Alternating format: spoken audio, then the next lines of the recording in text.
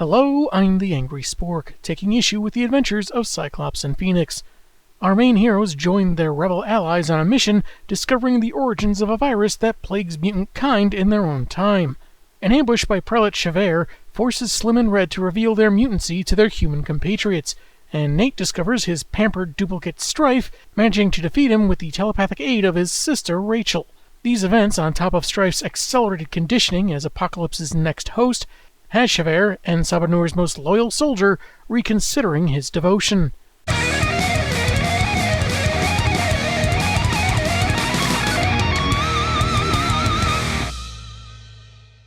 Issue 4's cover kind of comes full circle. We started off with the title characters, then the next two featured each of them with Nate, and now we have all three in one shot, looking ready to fight. That farmer's market never knew what hit it. We begin with a splash page of the visibly older Slim and Red Dayspring, aka Scott and Jean Summers, as the former holds Nate's hand, and narration mentions they had welcomed the chance to raise the lad they thought was lost to them for all the ups and downs they had. It wasn't supposed to end this way. There's supposed to be a big question mark after the end to tease the possibility of a sequel, followed by 3 post-credit scenes, because hey, Marvel! Prior turn, their cyborg-human ally apologizes that there's nothing more that can be done for their son. A 2-page spread shows Nathan becoming more cybernetic than flesh, his techno-organic virus overtaking him after years of remission. Turn attributes this viral agitation to recent changes to his body. I believe the ancient term was puberty. The current term for it is, oh no, what's happening, why do my pants feel funny? It's one possibility among many, but with so much unknown about the illness, it's hard to be definitive, and the Dayspring unit's long-respected secrecy may have played a factor in the boy's death. Scott doesn't want him talking like his son is already dead, because he still has hope and the boy is still fighting. A healer named Perksus says the metal they thought was bionic is actually alive, warm to the touch, blood flowing through. But the kid's still beyond help, and they may want to consider putting an end to his suffering. Turn concurs, thinking the alternative is to sentence Nate to a more horrific existence than his own. The parents refuse that notion, feeling that after Jean spent 3 years training him in his biokinetics, she could help him help himself, if only he weren't in a coma that was causing psionic interference. Have you tried unplugging the Wi-Fi and then plugging it back in? At Apocalypse's Citadel, Prelate Chavert, in his own crisis of faith, restrained by several henchmen, is pleading with Apocalypse to abandon his plans, if only for his immortal soul, which, yeah, I don't think is a big concern for this guy. Dad, I think this might be the work of Satan. Grandpocalypse even says, after being born into slavery, he spent 4,000 years defying nature, becoming master of all beings, for this moment, setting his heir on fire, apparently. Professor, lava, hot! Well, really, it's supposed to be psionic energy to prepare him to be Pocky's next vessel. Don't get me wrong, the effect looks neat and all, but it's a little confusing since around this time, psionic effects were typically drawn in pink, and the fire look is very reminiscent of a certain cosmic bird we were told left a while back. Having named Strife after an old enemy that nearly destroyed him, back in the story Executioner's Song, meaning Strife is named after his older self because wacky cyclical timeline shenanigans, the kid's fate was sealed when he was delivered to Sabanour, to be the last vessel he'll ever need, so Chavert can stow the pleading.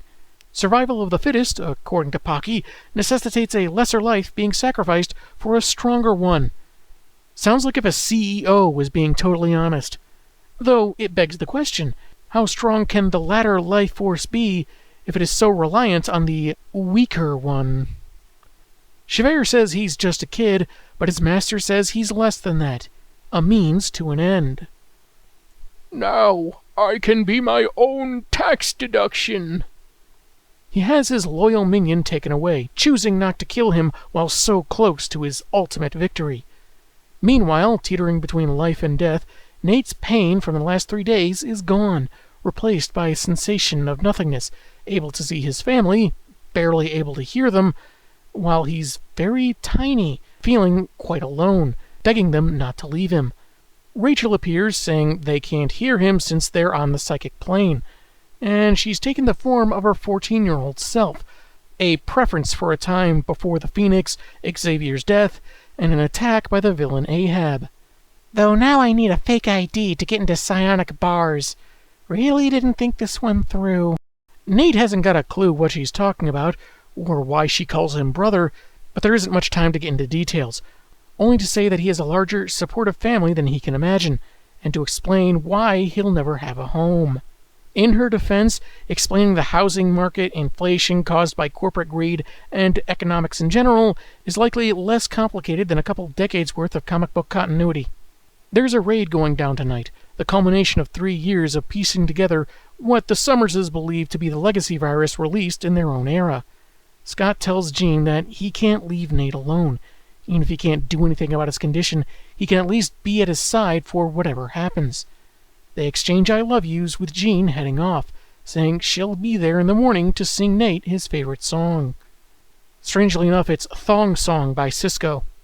Later, as the eerie light of Strife's preparation bursts through the Citadel and looms over people outside, and possibly some roofers thinking they'll get a call soon, Turin and Jean materialize inside. I don't know if that means they teleported or if the writer was just being figurative. Seems they're the only rebels on this mission, and turns out the ritual is causing too much psionic interference for Jean to scan ahead. And Turin is almost immediately hit with a psi attack of the highest order. Apocalypse brought back supersizing. The attacker was Javert, who didn't want others involved, as he takes Red to aid in what has never been accomplished: stopping Apocalypse. Yeah, seeing this emaciated machine man on fire, even if it's psionic fire, with added assurance from an enemy that he's going to live, really exemplifies what he said last issue about mutants having a greater understanding and compassion for all life. It's about here I realized we haven't really gotten much on Javert's mutant powers. Haven't really seen him do much in that regard.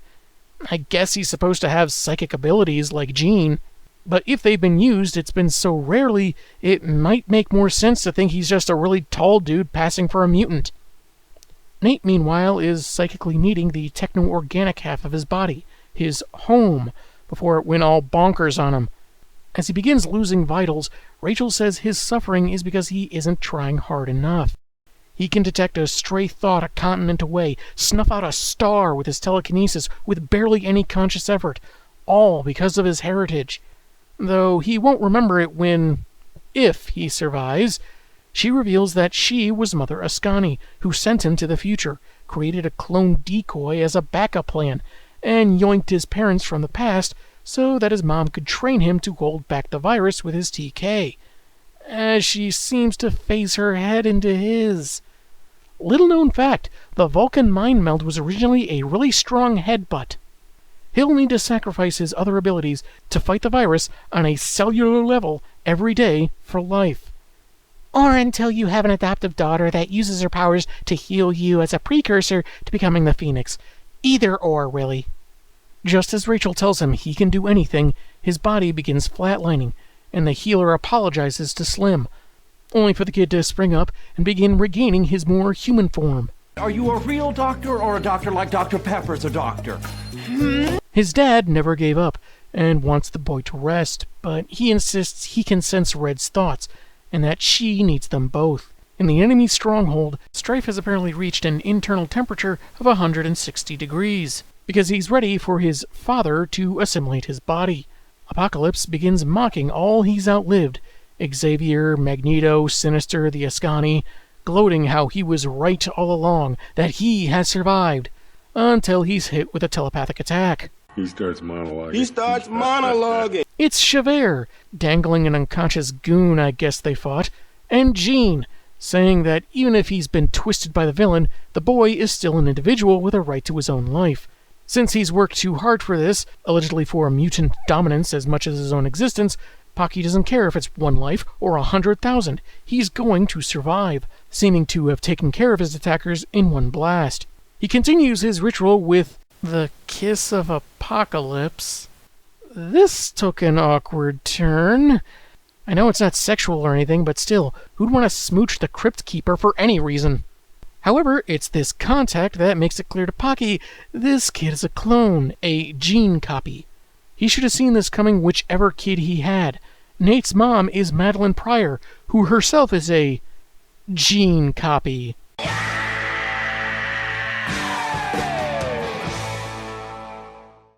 This means the kid has the abilities, but lacks the capacity to contain his essence in the way he originally wanted. Still, he could use the body long enough to find a more suitable vessel, but now it appears Strife is doing what none have been able to before. Resist him. Classic assimilation day jitters. That was actually courtesy of the psionic portion of our heroic family, all three of which make themselves known, with Apocalypse realizing they're his old enemies from the 20th century. Cyclops, Jean Grey, and Cable. He probably could have figured it out had he encountered them before, but since that's clearly too late to be an option, he attacks, only to be met with their combined force in turn. In the heat of battle, Cyclops feels a tug at the base of his skull, much like when he and Jean were first pulled into the future. Both briefly blink out of existence for a moment, making it clear it's about time to return to their own era. Scott Summers finds he may not want to go home. Look, I get it, you got to raise your son, that's great, but your time has air conditioning, PlayStation, and slushies. Priorities, man!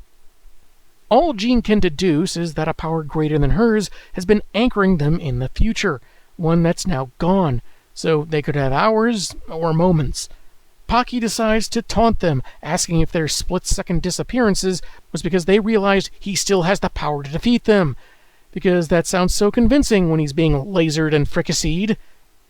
Like Scott says, if that were true, he'd be using that power right now. As Javert suddenly appears to distract his old master, Nate takes his father's direction to disrupt the psychic bond between Strife and his pappy. Psyche and Phoenix press their attack, taking no joy as their foe writhes in agony, until eventually he's finally finished. And as unbelievable as it seems, Apocalypse is finally over. Scott, it had to be done. You know that, don't you? I don't know, maybe if we gave him some of Professor Xavier's pamphlets to read and give him another millennia just to think things over. Jean begins fading away, unseen and unheard by Nate, until she meets Rachel on the psychic plane. While not explicitly stated, it's safely assumed she was the one anchoring her parents in this time, spending the past decade watching over her family while in a coma, her physical body having passed away 5 minutes ago. But she lived plenty, so there's no need for tears. After putting their family back together from near destruction by Apocalypse, and since Rach won't be around for the rest of the fight, she wants her mom to take back the name Phoenix. It's got some pain to go with it, but Mother Ascani feels there's still some good too, and Jean accepts it as an honor. Scott begins disappearing as well, having a lot to say to Nate, but telling him that he loves him, that he'll be so many things to so many people, loved, hated, misunderstood, will someday be a cable that unites past, present, and future, and will never be alone. And from that time on, Nathan took the name Captain Extrovert. Against a background of his future self and his 90s-era family, Nathan wraps up an enormous electric razor? I don't know. As Javert says that while he may be a disenfranchised follower of En Sabanur, there are others who remain loyal to his vision, seek out strife, and look out for the kid that helped wipe out their lord. The prelate has the resources to look after himself and the clone he's carrying, but for whatever reason can't do the same for Nate. The comic ends with the boy being fine with that, saying that given what he was told by Red and Slim, Apocalypse dismantled a dream, one that Nathan Christopher intends on restoring. No, it should not have ended that way. And it didn't. Now get ready for 5 alternate endings just like the movie Clue. And to make a long story short, too late! That was the adventures of Cyclops and Phoenix, and I'd say it was pretty good overall. It's definitely some of the better stuff I read by Lobdell. Very good narration, interesting take on how language would change over time, and very heartfelt moments between 2 parents and a struggling child they need to keep a lot from. That said, I feel there's some things that could have been given more focus, like Javert's change of heart. We see an almost humane side of him when he lectures Strife, concerned that he should have a childhood instead of only being prepped to be host to Apocalypse. There wasn't much given focus to how he distinguishes exterminating humans like the Ascani and killing one guy as part of Strife's training. Sure, he points out it was cruelty for amusement's sake, but he didn't seem to exactly hate his job either. He doesn't care more for the opulent, hoity-toity mutants, which seems more like a disdain for snobbishness. It doesn't really do anything to change how reinforced his mutant superiority mindset is. So while shown and built up to a degree, I feel like there's something lacking about his self-described disenchantment. He didn't even get to meet Alpha. What gives? Similarly, I kind of expected something about Jean and Scott when they return to their bodies. Like, they wake up in the present day, reel from a decade of life to find no time really passed in their present, and start to process it. Bet that'd make for a fun honeymoon, them at a bar rambling about raising a child in a Mad Max future while everyone wonders how they got drunk on half a mimosa. And it doesn't seem to make much sense that they disappear, given their minds and souls were implanted into engineered bodies of that era. Wouldn't those just become husks and fall down lifeless instead? But maybe that'd be too traumatic for Nathan, whom the story is really about. His development, the beginnings of what forged him into the man he'd become.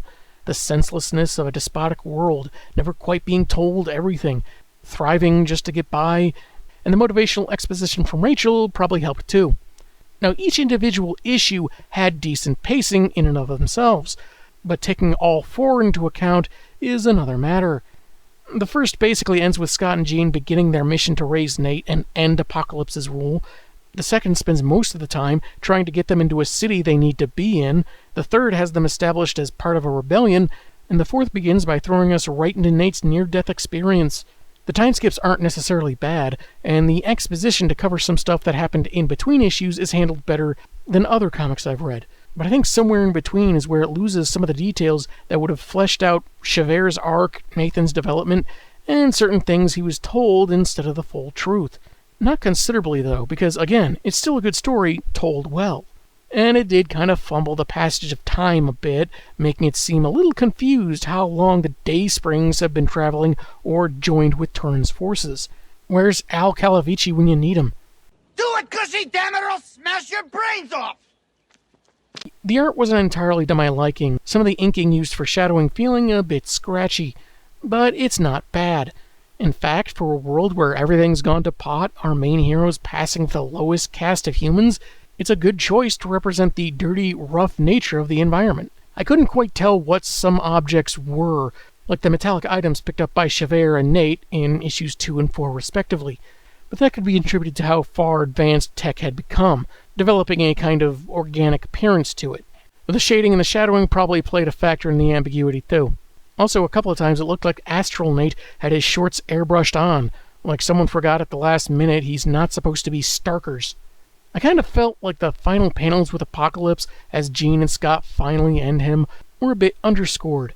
This is the biggest bad they've ever faced, the most powerful mutant to ever threaten the planet, and he's indistinct or obscured in the 3 panels where he's taken out.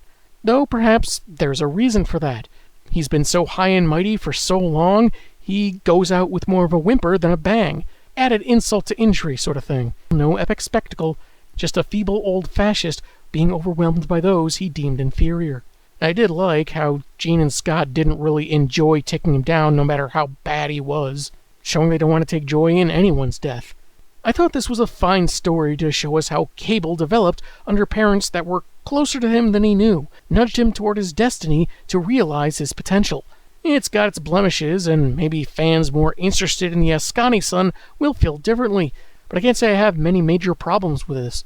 Next week is Halloween, and we're staying in the world of the X-Men, but in a different generation. I'm the Angry Spork, and man, have I got issues.